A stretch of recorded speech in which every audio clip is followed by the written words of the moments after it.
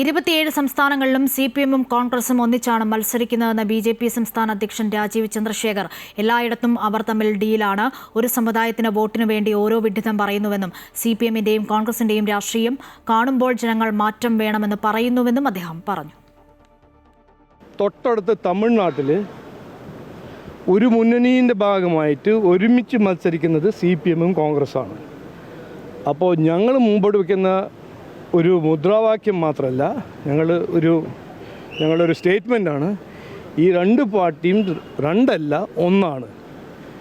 ഇത് ജനങ്ങളുടെ മനസ്സിൽ കയറുന്നുണ്ട്. അതിൻ്റെ പേടി, അതിൻ്റെ ഒരു ഭയം, അതിൻ്റെ കാരണമാണ് ഒരു മിസ്ഇൻഫർമേഷൻ ക്യാമ്പയിൻ അവർ തുടങ്ങുന്നത്. അതൊന്ന്.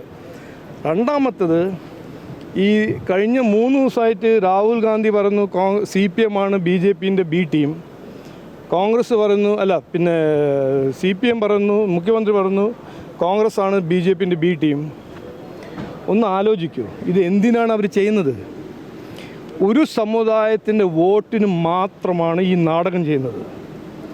അതിനെക്കുറിച്ച് ഞാൻ കൂടുതൽ പറയുന്നില്ല, നിങ്ങൾക്ക് എല്ലാവർക്കും അറിയാം, ഇവിടെ എല്ലാവർക്കും ബുദ്ധിയുണ്ട്.